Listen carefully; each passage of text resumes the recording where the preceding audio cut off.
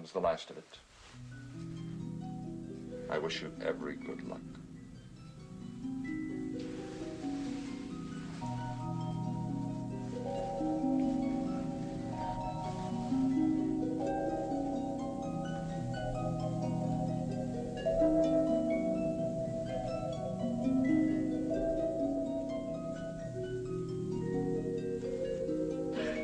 No change.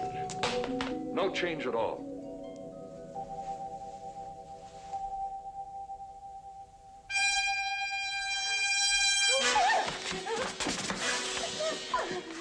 Straight of this. Turn on the light.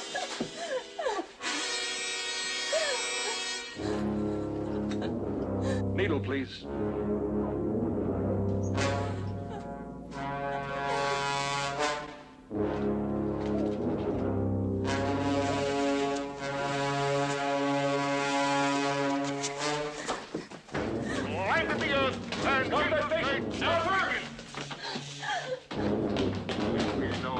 There must be a single purpose, a single norm, a single approach, a single entity of people, a single virtue, a single morality, a single frame of reference, a single philosophy of government. We must cut off all the difference like a candle. Blow the dice for me. Put your pretty ass lips together, blow real nice for me. Yeah, I'm trying to hit a lip and slide to the dealership in the morning. Wow, Papa need a brand new story. Hot head, they're not gonna believe it, but check the recording. Ooh, let's touch that, up a few that. Big booty hoes meet me in the penthouse. Bar full of liquor, cash for the strippers. It's gonna get weird tonight, so no, just put some money to blow. I'm about to buy Las Vegas after this roll. I'm about to buy Las Vegas after this roll. Come on, 7, 7, 7. Let's go. Yes,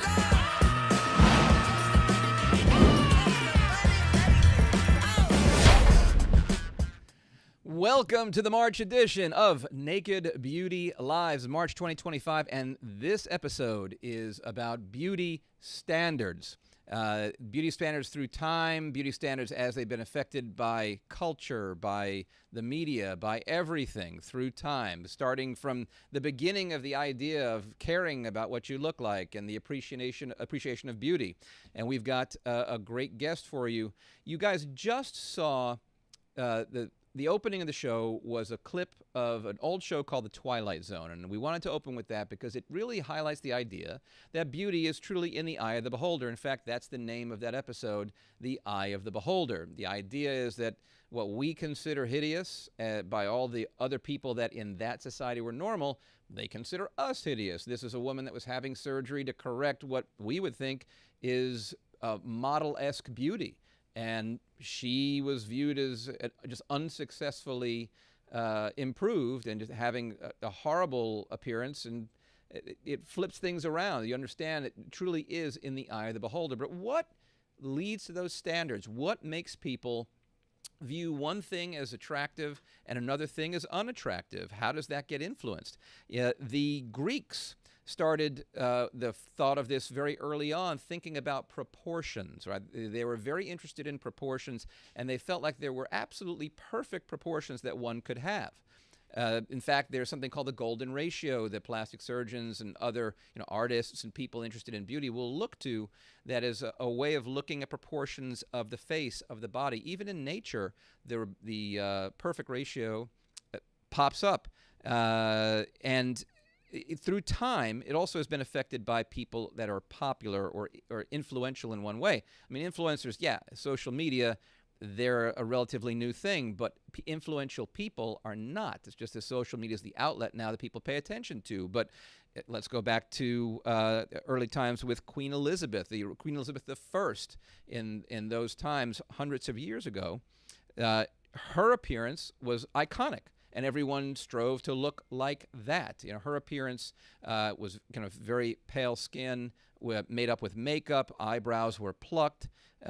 She dyed her hair And so people beginning to manipulate how they looked for a particular affect, going through to different times when different body types were thought to be attractive. Rubenesque is a term that we use for someone who's a little bit plump, like in a fluffy, sexy way, right? Peter Paul Rubens was a 17th century artist that would paint women that were more voluptuous and curvy. You can take that to the extreme. You can look at Botero. Fernando Botero is a 20th century artist and particularly sculptor. You may remember seeing some of his sculptures that are very big and round and overdone, and that was his representation of beauty and making actually really beautiful, lovely sculptures with exaggerated roundness and fullness. And you contrast that to going to someone that's more modern like Kate Moss. Kate Moss as a very, very thin, like super skinny waif model. And that at the time was thought to be really attractive. So it really changes through time. And the guest that I have today, I'm so excited to have him on the show. This is someone that you guys, if you're anyone in plastic surgery anywhere in the world knows this name. We have Dr. Robert Singer on the show. And Dr. Singer has been a president of the Aesthetic Society, the American Society for Aesthetic Plastic Surgery. He's been chief of plastic surgery at Scripps Memorial Hospital. This guy has written over 350 articles in the last few decades, and he keeps writing. In fact, the inspiration for this episode is his paper about beauty standards that he wrote with Dr. Tim Papadopoulos. He is currently still, I believe, the chairman of the New Beauty Editorial Advisory Board, and has recently received the Aesthetic Society Lifetime Achievement Award. It is my privilege and honor to introduce my friend, Dr. Robert Singer.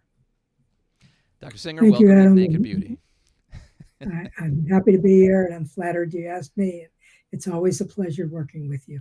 Well, it is truly my pleasure, I assure you. So let's get into it about beauty standards.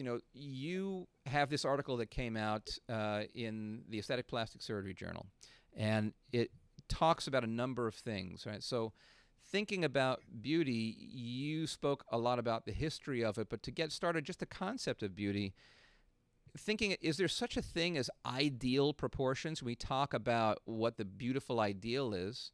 And we have a way of analyzing things as plastic surgeons, a way of looking at faces, a way of looking at bodies, and particularly faces. Let's start with that. What are, quote unquote, ideal proportions? Well, let me just add that Dr. Papadopoulos, who wrote this with me, is head of plastic surgery in Sydney, Australia. So he comes from a little different background. And he's a student of history. If you look back, the concept wasn't termed exactly that way, but beauty in the eyes of the beholder, that goes back as far as Plato. So it's an ancient concept, and it's been debated by philosophers for years. What exactly is beauty? The term beauty is in the eyes of the beholder actually came about, if I can look it up without me messing up her name, Margaret Wolfe Hungerford in 1878 in the novel Molly Bawn wrote Beauty is in the Eyes of the Beholder. And it very much is that. When you asked about proportion, there are a lot of ways that we look surgically at faces. And it's been described thirds, dividing the face in thirds. Another way is fifths, looking at it from the side view. There are other ways to look at it: symmetry, proportion, averageness. All of those are terms that have been used of how to look at beauty. And I think that the bottom line, and I think at the end of this, everyone will realize that beauty is in the eyes of the beholder. There is no uniform standard for beauty. It depends on a lot of different factors. It depends on ethnicity, culturally. I've spent a lot of time in Africa with my friends who run the Sheldrake Trust, the Elephant Orphanage in Nairobi, and my wife was president of Diane Fossey International Gorilla Foundation. We spent a lot of time in Rwanda. But if you look at the tribal aspect of Kenya, which has significant tribes, what is beauty in one tribe is totally different from another. So what's beautiful to the Samburu or the Maasai is different from the Lewa or the other tribes. And it's a marked contrast of what they think is beautiful. Some will think height, some will think of slimness, others will think the fullness of the face, the fullness of the lips, the width of the nose. All of those things vary culturally. So there is no uniform beauty. For sure. And the cultural influences are really what makes all this interesting. In the paper, you looked at a number of historical cultures and tremendous differences in what we might think is attractive, an element of beauty. For example, you made mention of a culture where the unibrow was desirable, right? And not only the unibrow, but in ancient Persian ideal of beauty, it was really a mustache on the woman. On a woman, yeah. There you go. We have that graphic, Joe, just to put that up there. There you go. That's an example. That's actually a female in the photograph you guys see, and the idea of having facial hair as a woman. And again, the culture was such an influence. My understanding is, and Dr. Singer, you can correct me if I'm wrong, but a lot of what goes into how someone perceives something beautiful is what is desirable. So sometimes fertility, for a woman to have certain features, that's why in our culture sometimes wider hips, fuller butt, bigger breasts, at times are viewed as being the beautiful ideal because it represents a certain amount of fertility, and there are cultures that relate to that.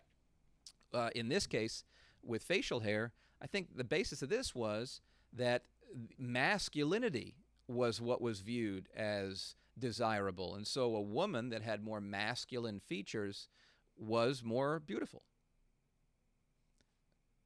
And the reverse of that is that the baby face appearance of some males is what makes them more attractive to some women today. And it's that sexual attractiveness that determines a lot what is beauty. And then through evolution, those features become more prominent.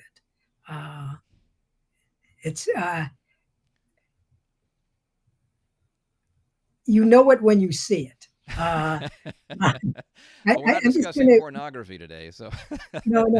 That was we're talking about beauty. Line, pornography. You know it when you see it, right?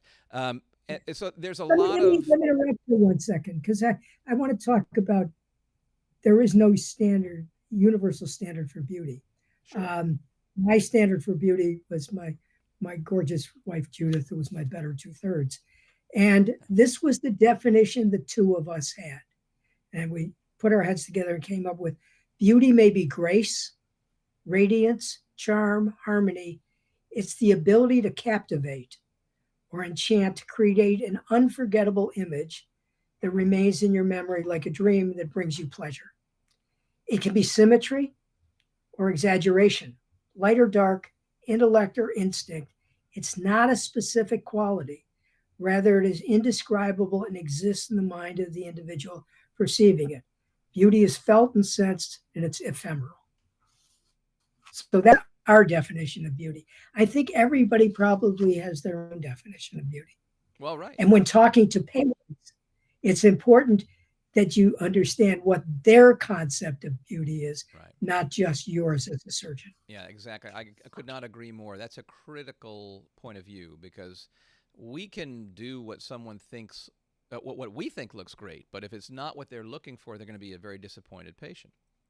And sometimes we have to accept doing things that we don't really prefer because that's what the patient wants, but at the end of the day, you're right. They have to have what they're looking for. That's critical. But it's also important to be realistic. And if a patient is looking for something that is not achievable or is unrealistic, good surgeons, good plastic surgeons will say, no, that's not something we should do, and say no to the patient. Well, sometimes when we see things that are good and we see elements that are positive that people get good results with, whether it's procedure or a feature or what have you, there are times when there can be too much of a good thing. So I thought I would bring up an example of that, or maybe a couple examples of that. There is, fillers have been a great thing for us. As we age, we lose volume, and certainly one of the elements of beauty is having a youthful, full, firm face. And as we age and we start losing volume in the cheeks, losing volume in the temples, we look drawn, we look older, we look tired. And adding that volume back, well, that can restore a youthful appearance, and that is an element of beauty, an element of being beautiful. The thing is, sometimes you can jump the shark with this stuff. You can go overboard. And there was a trend of doing more and more and more filler, which in recent times now, maybe in the last 2 years, that pendulum has swung completely the other way. And there we have a condition called pillow face. And you can see where you can take a look at Madonna. There's a picture from 1991. You take a look at her in 2017, and clearly there's something going on where she's overdone a little bit of volume in her face. She's not the only example. It's Nicole Kidman, where she is an absolute starlet beauty, and a very tapered face, triangular to the chin, but she looks kind of puffy in a later photo of her. And it's not limited to women. Here's pictures of Tom Cruise, and he has a pretty chiseled, well-defined face. But then when you take a look at the more recent picture, he's a little swollen and puffy. Zac Efron, same thing. You can see kind of a youthful, good volume, and then the attempt at an older age to restore volume, a little too much. So, there can be too much of a good thing. What are your thoughts now that we've come around on filler as universally great, and now maybe not so much sometimes? What do you think right now, the modern application of filler? What is its role? I think it can fill out areas that are deficient. If you're trying to build beyond that, it becomes problematic. And I think a lot of that is because of social media. Social media has a lot of worthwhile information, but it has far more misinformation. Patients used to come in a consultation and they started here and you educated them. Now you have to spend 20 minutes bringing them up to zero because of this misinformation that they got on social media. And I think that there are still a segment of the population who comes in who wants overfilled buttocks, overfilled lips, overfilled cheeks, overfilled breasts. But fortunately, I think that the pendulum is shifting back towards a more sensible appearance. But realize in some cultures in Central Africa, that is the norm of what is attractive. I mean, if you watched a number of the award shows recently, you saw the opposite extreme. You see the Ozempic face, Right. which people look like the microphones that they're holding. They're so slim. Well, you mentioned the lips, and that's something that has also been a trend. It kind of got caught up in the whole more is more, and that's we got to even a style. There's a style of lip treatment called Russian lips or Russian doll lips, where it's really puffed and exaggerated. Really full, round, overdone lips that some people like it, and kind of coming back to the idea of the eye of the beholder or what the patient wants. People will still come and ask for this kind of result. And hey, whatever floats your boat. But I think if we're looking at beauty standards, true standards, then we have to think about just what the average is, right? What is the average picture of beauty? And that's probably not Russian doll lips. Right. And averageness is one of the concepts of what makes a beautiful face. Now, not everybody wants to be average. Obviously, there are people who want to go beyond that. And, most of the people that you see as beauty icons, you wouldn't say are average. But, beauty is a lot more than just the outward physical appearance of a feature or of the combination of features. I've operated on a number of supermodels. Some of them will come in and you look and like, oh my God, they're so beautiful. You get to know them. And some of them, after you see what the inside is like, what the personality is like, they no longer appear beautiful to you. So beauty is a lot of the personality, the inside, the givingness, all of those things combined in my mind, what is beauty. Sure. Well, the Yeah. perception of a person is more than it's more than skin deep, right? Yes, exactly. If we're going to quote another saying, there are some procedures, because of the influence of social media. Anything that gets put out there by celebrities or just kind of for whatever reason catches people's attention can go viral. And there have been some procedures that have done that.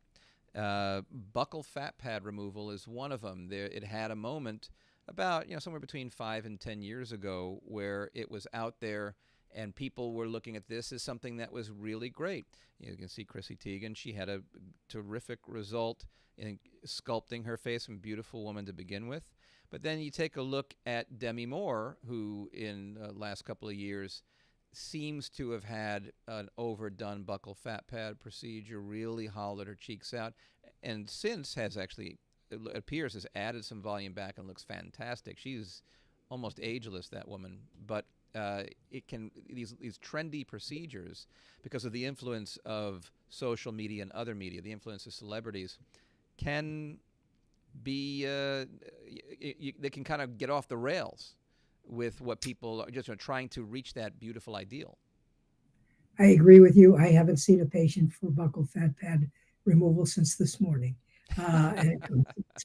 And that's a wonderful procedure done in the proper manner, not overdone, in the right person.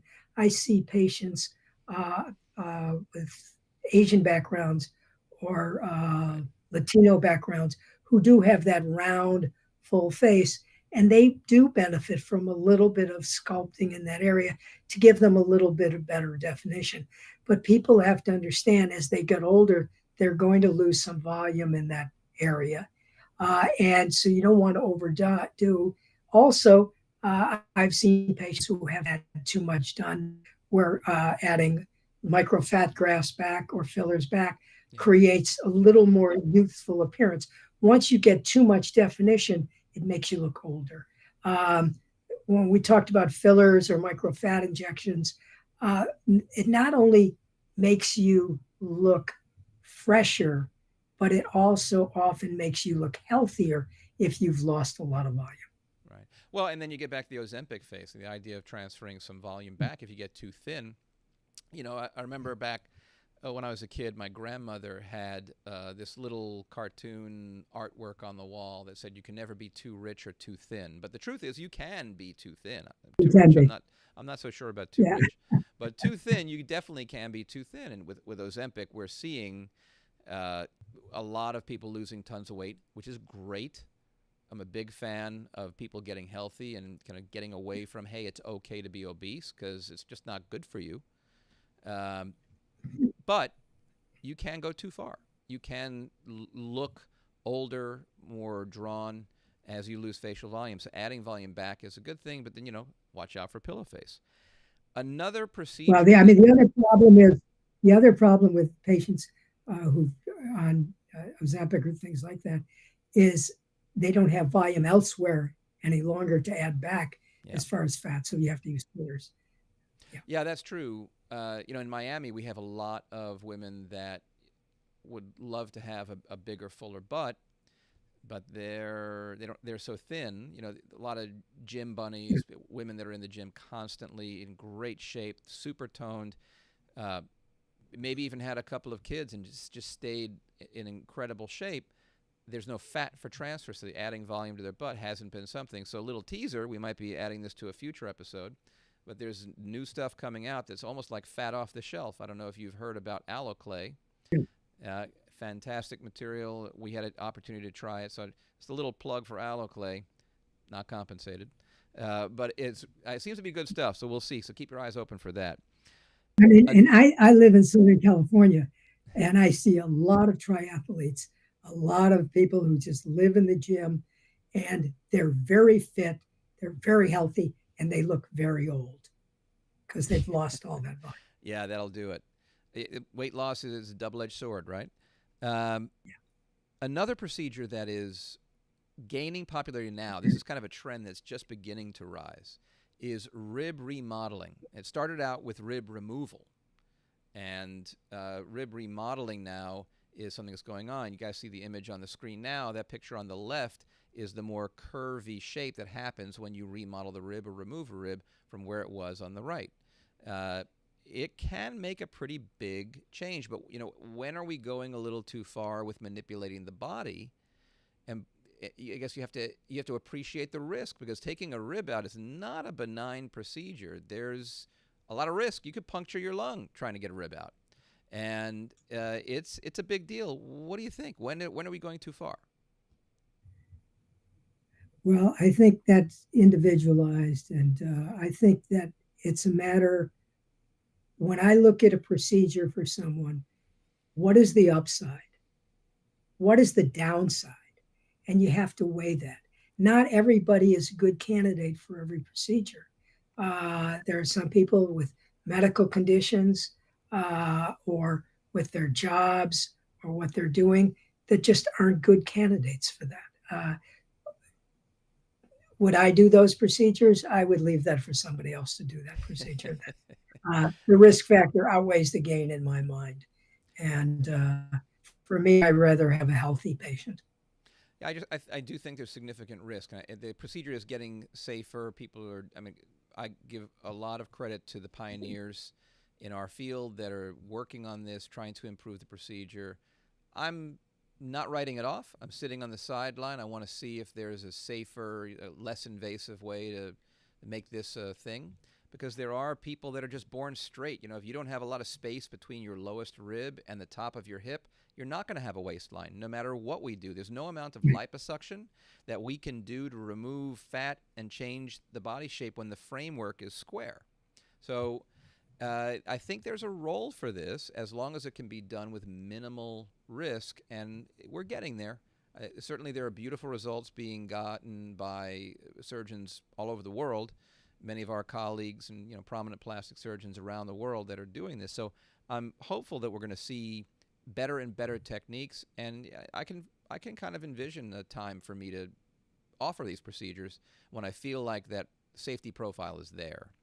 I've always been an advocate for safety in the patient. I mean, that should be the prime consideration in anything we do, but also realize that our techniques and procedures evolve and they continue to change, right, and hopefully get better and safer as time has gone on.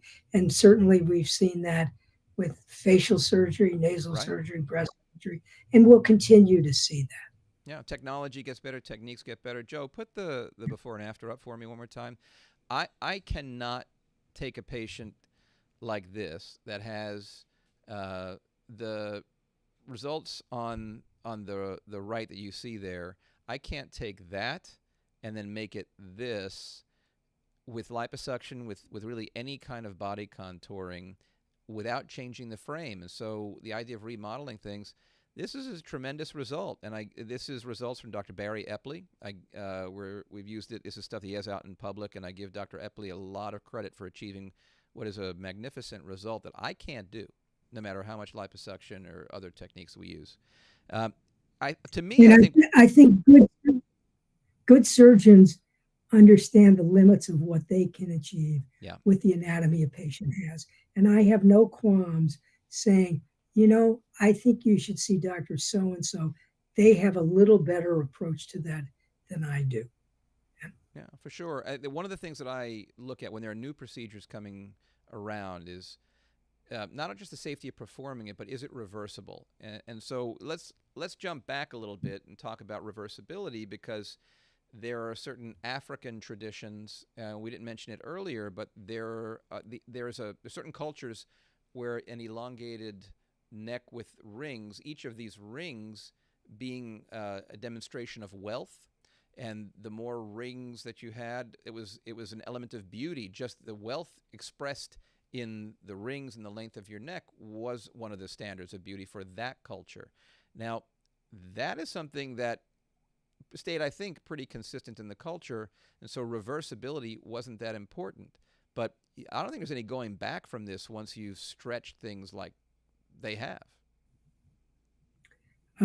It not only lengthens and stretches the neck, but it pushes the shoulders down. And that's not only in Africa. You see that in the hill tribes of what was Myanmar, which is and Kenya. I mean, I'm not in Thailand and up near Cambodia. You'll see the hills people have that, and it's that same concept. They start when they're very, very young and adding rings, and they find that extremely attractive. Yeah. And it's interesting that things also change. Darwin looked at the aspects of the Western Caucasian face, and that was found unattractive to the Chinese.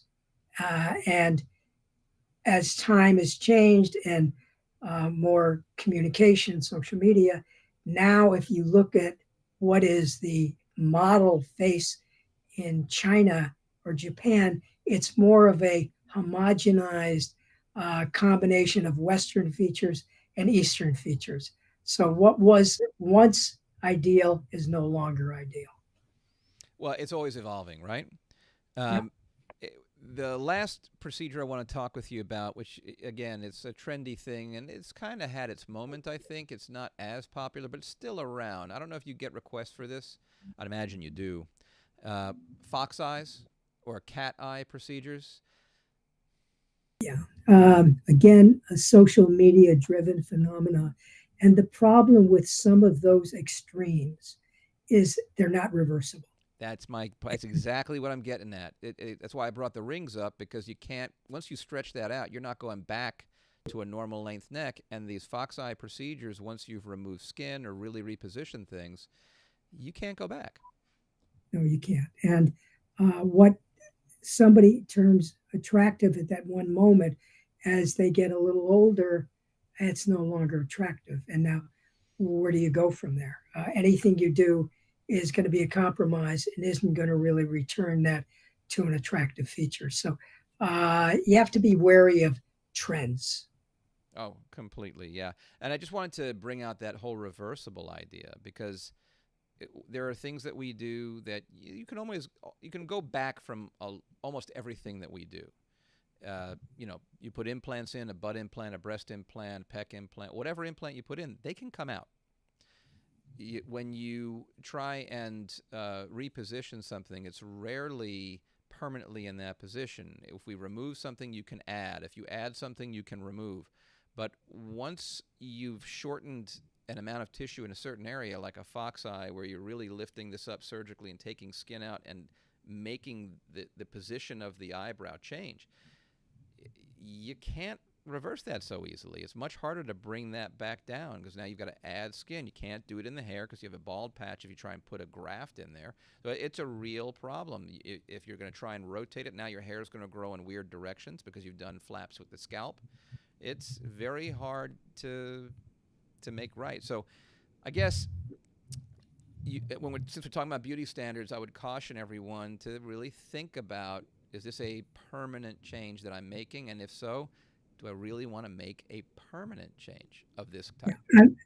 And there are certainly a wealth of procedures that we all do on the forehead to improve the position, Sure, to open the eye more. That's fine. When we're talking about going to the extreme, and To me, you see people, you don't notice good plastic surgery. That's Like right. that. You notice those who really need it or overdone. And unfortunately, we see a lot that come from different areas that's overdone. The other thing I caution patients about is when they bring in a photograph of someone else with a feature for their nose. Well, it looks great on that person also with $10,000 of lighting and makeup. And, you know, would that nose look right on them? No, it has to be in balance, in proportion. Otherwise, it detracts from beauty. And as far as symmetry, I show people a little sign. You know, when you come into a town, it says, "Welcome to the town of X, population 50,000, 20,000." Well, welcome to the town of perfection, symmetry, population 0. You know, Exactly. nobody is absolutely identical from side to side. Love that. You know, Love that. Well, I think we've got some good advice for people. I hope we've had I hope people have learned something with our discussions. We talked a little bit about icons, how celebrities influence things. So that's a perfect segue to get into our games, because I want to get to our games for the show. If you guys watch the podcast a lot, Naked Beauty Live usually incorporates some kind of game, and we are giving away some terrific prizes. We're giving away a choice, actually. The winner of this will have a choice of having a treatment with Latibo, which is the newest neurotoxin. It's the newest version of Botox. This is the #1 neurotoxin in Asia. It comes out of South Korea. It is all about K-beauty. This is the #1 K-beauty neurotoxin in South Korea and all of Asia, actually. And we just got it. It's just been FDA approved and got into our hot little hands, and we're now offering it. So one of the things that you can choose from is a treatment with Latibo, or if you prefer, we've got makeup. Now, I wanted to talk about, we're giving away Jane Iredale makeup for you guys to use. And speaking of makeup, before we get to the game, one last point. You were talking about noses and contouring and lighting and all that. I just wanted to say, great makeup can really change someone's appearance. And there's been some examples of, talk about social media, some people, makeup artists, professional makeup artists that have shown you can make a nose look crooked. You can make a nose look straight. You can take a crooked nose and make it look straight. You can make a straight nose and make it look crooked. You can make something look thinner. You can make it look wider, all with just contrast and shadows and color. So, be careful what you see and making that your goal. But now let's talk about what you see, because it's time to get to the game. So I want to introduce our contestants. We're going to get to the games just to let you guys know. We've got 3 phases of the game. There is a question and answer section, a true, false, and multiple choice. And then we're going to get to images. Before we get to the games, I want to take just a moment for our sponsor, and we'll be right back with Beauty Games, Beauty Standards. Have you thought about getting a cosmetic surgery procedure but didn't know which doctor to choose online? Or maybe you're scared to go to the office, especially during COVID-19. It could be that you can't get the time off to go through a long recovery. Or maybe it's just too expensive to have the procedure you've always wanted to have. Well, I've got the solution for you. Introducing New Me Now. You can call and order your favorite procedure and have it delivered to your door. Easy to use, no muss, no fuss, just open the box and you're going to get a New Me Now. With New Me Now, you don't have to worry about checking doctors' credentials or making sure the operating room is safe for you to use, or even making sure you're healthy enough to have surgery. There's no surgery needed. Just dial our toll-free number, 855-NEW-ME-NOW, and you'll get your procedure delivered right to you. New Me Now is made in the USA.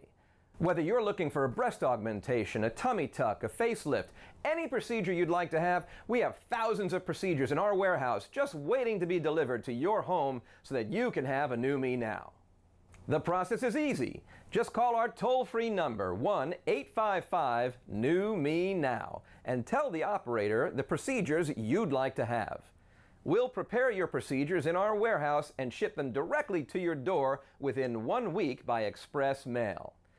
Just take your package, sit back, open the box, and enjoy a new me now. How much would you pay to have your cosmetic surgery? $2,000? $5,000? Even $10,000? You can have a new me now for 3 easy installments of $19.95, plus $6.95 shipping and handling.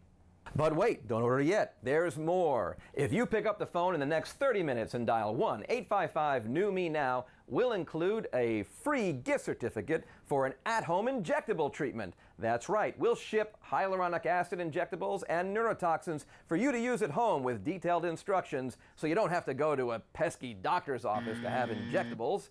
Coming soon from New Me Now. What are you waiting for? Pick up the phone right now and call 855-NEW-ME-NOW. Get that procedure you've always wanted, and in just 1 week, you'll be enjoying a new me now. Nobody would ever buy a cosmetic procedure by phone for 3 installments of $19.95. If you would, you have much bigger problems to deal with. Make sure you see a board-certified plastic surgeon for all of your cosmetic procedures, and follow Dr. Rubenstein on IG and at Dr. Rubenstein and at Plastic Surgery Truths. I want to thank our sponsor, New Me Now. So you can call 855-NEW-ME-NOW, and I think you'll like what you hear. Go ahead and give that a call, 855-NEW-ME-NOW. I'm serious. Try the number. It's pretty funny. Well, we're back at Naked Beauty Live, and we're ready to start our game. I want to introduce our contestants. Before we get there, we were talking during the commercial spot, Dr. Singer and I, and what an announcement he has. I'm never, ever surprised at the pioneering that Dr. Singer does in our field. This is just the latest example. Here in Miami, there's tons of news coming out about people getting injured, hurt, having bad outcomes. Probably at least once a week I'll see someone in my office that got botched one way or another, frequently in an unsupervised office, in an unsupervised med spa, having a treatment they probably shouldn't have had done. And there's not really standards. And Dr. Singer, you're working on new standards. Speaking of beauty standards, how about beauty safety standards for med spas? We have a task force we've put together for development of standards for accreditation of med spas, because across the country, there's almost no standards and no oversight. Who's doing what they're doing, sterility, things like that. So I think this is desperately needed because there's more and more cases of problems coming out from unsupervised med spas. I think that there are many med spas that do terrific job, Sure, and are beneficial as far as beauty, but there needs to be some oversight. So we're working on that, and hopefully Quad A, which is the gold standard for accreditation of office-based surgery, will will come out with a program for med spas. And we're working on that and then bringing them to the various state legislatures. very welcome and overdue. My surgery center, my office-based surgery center, was just reaccredited by Quad A.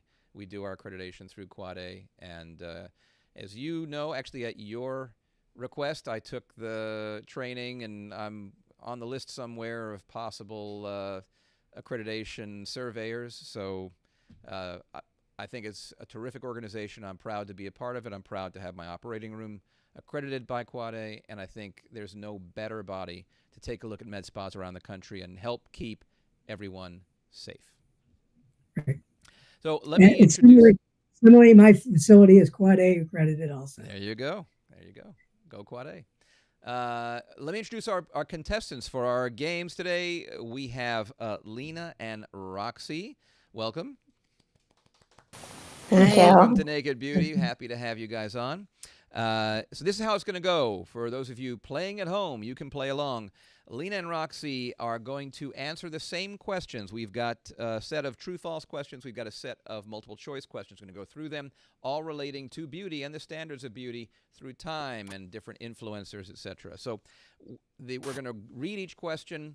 They're going to put their answers up, and I'm going to say, show us your answers, and they're going to hold up a piece of paper with a T or an F for true, false, or A, B, C, D. So they'll reveal their answers at the same time, and I'm going to get my out, and we're going to keep score. So let's get started. When this is the first round is true, false. Second round is multiple choice. And then we're going to get to the icons of beauty. And that's going to be a little different. That's going to have some images. So here we go. Here's the games. Here's the first true, false. So get your T or F ready, Ms. Lena, Ms. Roxy. Here we go. In the Victorian era, physicians would prescribe arsenic to treat acne. Is that true or false? Get ready. Get your answers ready. And if you're ready, here we go. Show us your answers. All right, Roxy, you say true. Lena, you say false. Roxy gets a point. That is true. They did use arsenic to treat acne, among other crazy things. So let's see. Roxy gets 1 point, and Lena, you're behind. Here we go. Next true, false question. The rudimentary filler using their own fat was used on nobility to plump out their cheeks during the Roman Empire. True or false? Get your answers ready, and I'll give you a countdown whenever you're ready. 3, 2, 1. Let's see it. You're right. That's just ridiculous. They're not going to take fat in the Roman time. So you both get a point. So it's still 2-1, Roxy. Here we go. Third true, false question. The first rib removals, we were talking about rib removals a little earlier. The first rib removals were performed on Aztec women in the mid-14th century. Is that true or false? Give you a few seconds. Get ready. Oh, you're putting it up. You're getting ahead of me, Roxy. Let's see what you got, Lena. You're both saying false. You got it. Well, I guess you both get it right because that's just not true. So there you go. That was nonsense. And here's the last of the true-false questions. Here we go. In ancient Greece, a unibrow was seen as a sign of beauty and intelligence, and women would use black powder to create the appearance of one. True or false? Get ready. Get them ready. Let's see it. 3, 2, 1. Raise them up. All right. Roxy says true. Lena says false. Roxy, you're taking a big lead now. It's now 4-2 because that is true. That's true. All right. So that's the end of round 1. We've got Roxy ahead, 4-2. Now it's time for the multiple choice. So get your A, B, C, D ready to go. And here is the first question of round 2. We've got a tight game, but Roxy is starting to take a bit of a lead. First question, who invented eyeliner? The choices are A, Queen Moremi Yorubaland from modern Nigeria in the 12th century, Cleopatra from Egypt, 50 BC, Matoaka Powhatan people, 16th century, or Marie Antoinette in France in the 18th century. So A, B, C, or D. So A, Queen Moremi, B, Cleopatra, C, Matoaka, and D, Marie Antoinette. Get your answers ready. Are you guys ready? 3, 2, 1. Let's see them. All right.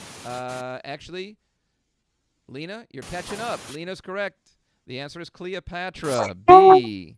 There you go. So now we're at 4-3. She's catching ground. We've got 4 more of these multiple choice questions. I'm going to add something. Actually, that was the era that used natural materials for facial peels. So it goes back to the starting in Egyptian times. Yeah. How about so in Egyptian times, natural materials used for facial peels dating back to 50 BC. Pretty interesting. All right. So now we're on to our second question. Second question of the multiple choice round. Round 2. Tight contest. 4-3. Roxy holding on to a narrow lead. Second question. In the Elizabethan era, many women concocted herbal creams consisting of A, dung, B, minced veal, C, goat hair, or D, all of the above? Get your question, get your answers ready.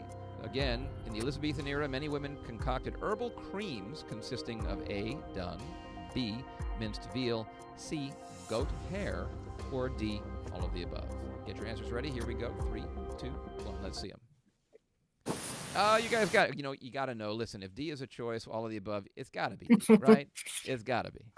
All right, so Roxy holds on to her narrow lead. We're on to the third question. This is getting tight. Third question of round 2. Isabeau of Bavaria, the Queen of France at the time, was said to be an early adopter of this trend in the 15th century Europe. Is it A, mascara, B, the corset, C, nipple piercings, D, high heels? So one of these icons, one of these fashion beauty icons, was adopted by the Isabeau of Bavaria, the Queen of France, in the 15th century. A, mascara, B, the corset, C, nipple piercings, or D, high heels. Here we go. 3, 2, 1. Let's see your answers. Oh, wow. Well, Lena, you've caught up. The answer is C, nipple piercings. Isabeau of Bavaria was the first person to popularize nipple piercings. And if you had been watching our content, you'd know that because we did a What the Fact about nipple piercings. If you haven't seen it, check it out. I give you the whole story. So yes, Isabeau, Queen of Bavaria, nipple piercings popularizer. So now it's tight. We're in a neck-and-neck race, 5-5. 2 questions left in round 2. Here we go. Fourth question. In the 19th century, 100 years before Elvis, this classical composer was so regarded for his looks, an eponymous mania ensued where fans would throw themselves at him in his concerts. So there's a mania named for this person based upon his good looks and women throwing themselves at him at his concerts. 19th century. Was it A, Franz Liszt, B, Ludwig van Beethoven, C, Wolfgang Amadeus Mozart, or D, Frédéric Chopin? This person has a hysteria or mania named after him. A, Franz Liszt, B, Ludwig van Beethoven, C, Wolfgang Amadeus Mozart, or C, Frédéric Chopin. Get your answers ready. Here we go. 3, 2, 1. Let's see them. Oh, neither one of you. We're still tied. The answer is A, Franz Liszt. Liszt was the person who was supposed to be so handsome, women throwing themselves at him that he would induce a mania. An icon in the 19th century, Franz Liszt. All right. Now we're going to go from the 19th century to the 21st century. Kim Kardashian lost X number of pounds, this amount of weight, to fit into the iconic dress that Marilyn Monroe wore when she sang Happy Birthday to JFK, and, by the way, still damaged the dress. She had to lose a certain amount of weight to wear the dress, and I think this was for the Met Gala, right? Wasn't that for the Met Gala? Yeah, so she wore this at the Met Gala. We talked about it on our Met Gala show. Here are the choices. A, 5 pounds, B, 12 pounds, C, 16 pounds, or D, 22 pounds. How many pounds did Kim K have to lose to just fit into the Marilyn Monroe dress? A, 5, B, 12, C, 16, or D, 22. Get your answers ready. 3, 2, 1, let's go. Oh, Lena pulls it out with the last question. Yes, the answer was 16 pounds. Comes from behind and takes the lead. And it's an important time to take the lead because now we're going to our identifying icons round. We've got 2 parts to this. We've got historic hunks and we've got legendary ladies. We're going to start with historic hunks. Actually, Joe, do you care which one we start with? No. Okay, well, it doesn't matter. So, Lena, not only do you get to choose whether or not you want to take the first question, you also get to choose which one we start with. So are we going to start with the legendary ladies or with historic hunks? Historic hunks, you got it. So we're starting with historic hunks. And are you going to take this question or are you going to pass it to Roxy and make her do the question? I'm going to pass this to Roxy. All right, Roxy, the pressure's on. Here we go.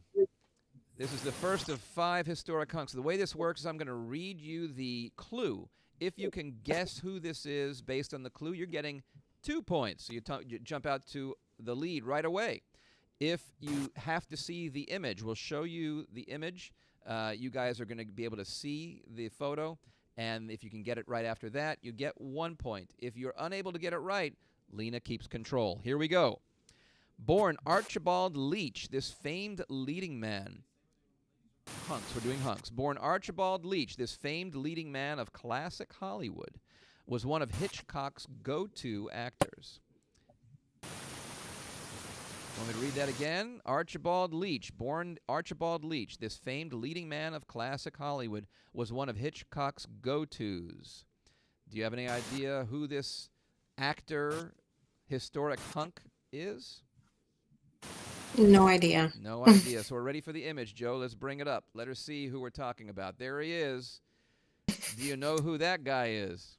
This is before your time, but he's a pretty famous guy. No. No, you're not getting it? All right, well, we got the big X. That's Cary Grant, ladies. Cary Grant. That's one of the icons of beauty of his time. All right, let's go to the second question. Now, Lena, you're still in control. Do you want to take this question or you want to bump it to Roxy again, put her on the spot? You ought to call this beauty. I think I'm going to give it to her again. You're going to give it to her again. You're scared now. Terrible. Oh, you're scared of it. All right, so here we go. All right. Here we go. Let's get me up, and here's number 2. Actor, director, driver, philanthropist, and entrepreneur. This actor even has his own salad dressing. Let me read that again. Actor, director, driver, philanthropist, and entrepreneur. This actor even has his own salad dressing. You have a guess? You're not penalized for a wrong guess, so if you want to take a guess, you can take a guess. You think you might know. Is it Paul Newman? Oh, there she goes, making it up for making a mistake in the last round, not getting it. She gets 2 points for getting Paul Newman, so now you jump into the lead. This is interesting. Paul Newman is correct, and you're now up 7-6, Roxy. You are in control. So, you want to keep the next question of historic hunks, or you want to put Lena on the spot now and return the favor? No, let's give it back to Lena. All Let's right, do a reverse. Lena, this is it. You're it. This is it. Reverse Uno. Turnabout's fair play. So here we go. This Oscar and Tony-winning actor was established as a sex symbol at the onset of his career when he starred in multiple sex comedies from filmmaker Pedro Almodovar. Can I see a picture? All right, so we're not going to guess there. There's your picture. Do you know who that is? Oh, yes. Antonio Banderas. Antonio Banderas. So you didn't get it from the clue, but you got it from the photo. That's a point for you, and we are tied. Now, because we're tied and you got the question right, you keep control, Lena. So you want to take this next question, or you want to punt it to Roxy? I think I'll take it. All right, she's getting I think I'll brave. take She it. liked the Antonio Banderas question. I like that. Okay, here we go. Here's the fourth question. We've got this and one more of men. Then we're going to go to the women. This famed actor-producer won the Oscar for Best Picture for 12 Years a Slave and Sexiest Man Alive in both 1995 and the year 2000. This famed actor and producer won the Oscar for Best Picture for 12 Years a Slave and was voted Sexiest Man Alive in 1995 and then again in 2000. Do you know who this is? I know this one. This one's Brad Pitt. There you go. Wow, big jump. Now you're getting a commanding lead now. Brad Pitt is correct. So Brad Pitt puts you ahead 9-7, a commanding 2-point lead. You see how fast things can change. He's got a couple questions right. Are you going to keep the next one or are you going to punt for Roxy? You're on a roll. I'll keep the next one. Okay, well, let's keep it. Here we go.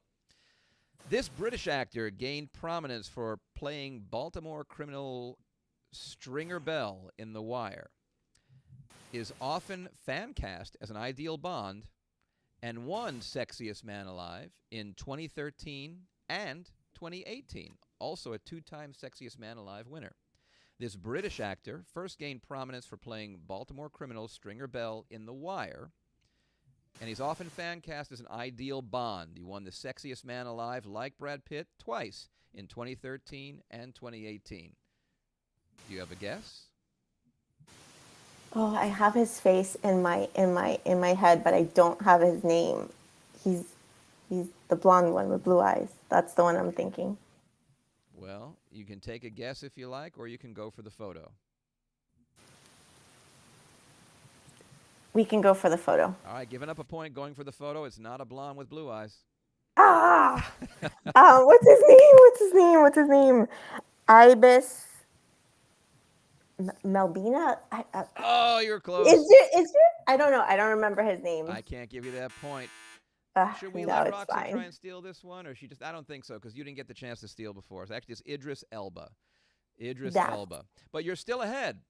You are still ahead. You still have a commanding lead of 9-7. So we're on to Legendary Ladies. We've only got 5 left. Let's see how it goes. Legendary Ladies. Here's the first one. You're going to keep it, or you're going to punt? I'm punting it. You're passing. You had enough. Idris Elba just took all that confidence out of you. All right, here we go. Legendary Ladies, Roxy, you ready? Yes. All right, here it is. This Swedish icon starred in multiple Hitchcocks alongside titles as iconic as Casablanca and Gaslight.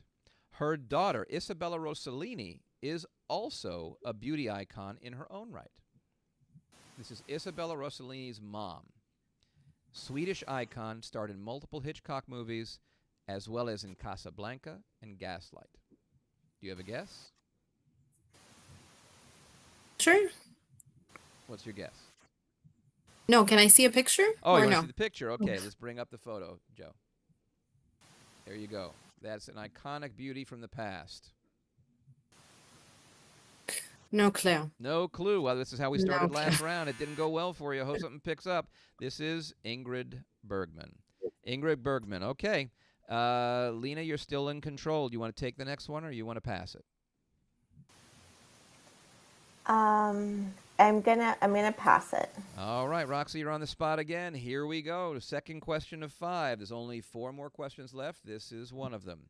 This 1960s star established herself as a sex symbol with the film Barbarella, before eliciting controversy with her stance on Vietnam. She was very controversial about the war in Vietnam, but she was a sex symbol, having done the film Barbarella before that controversy. Do you know who this is?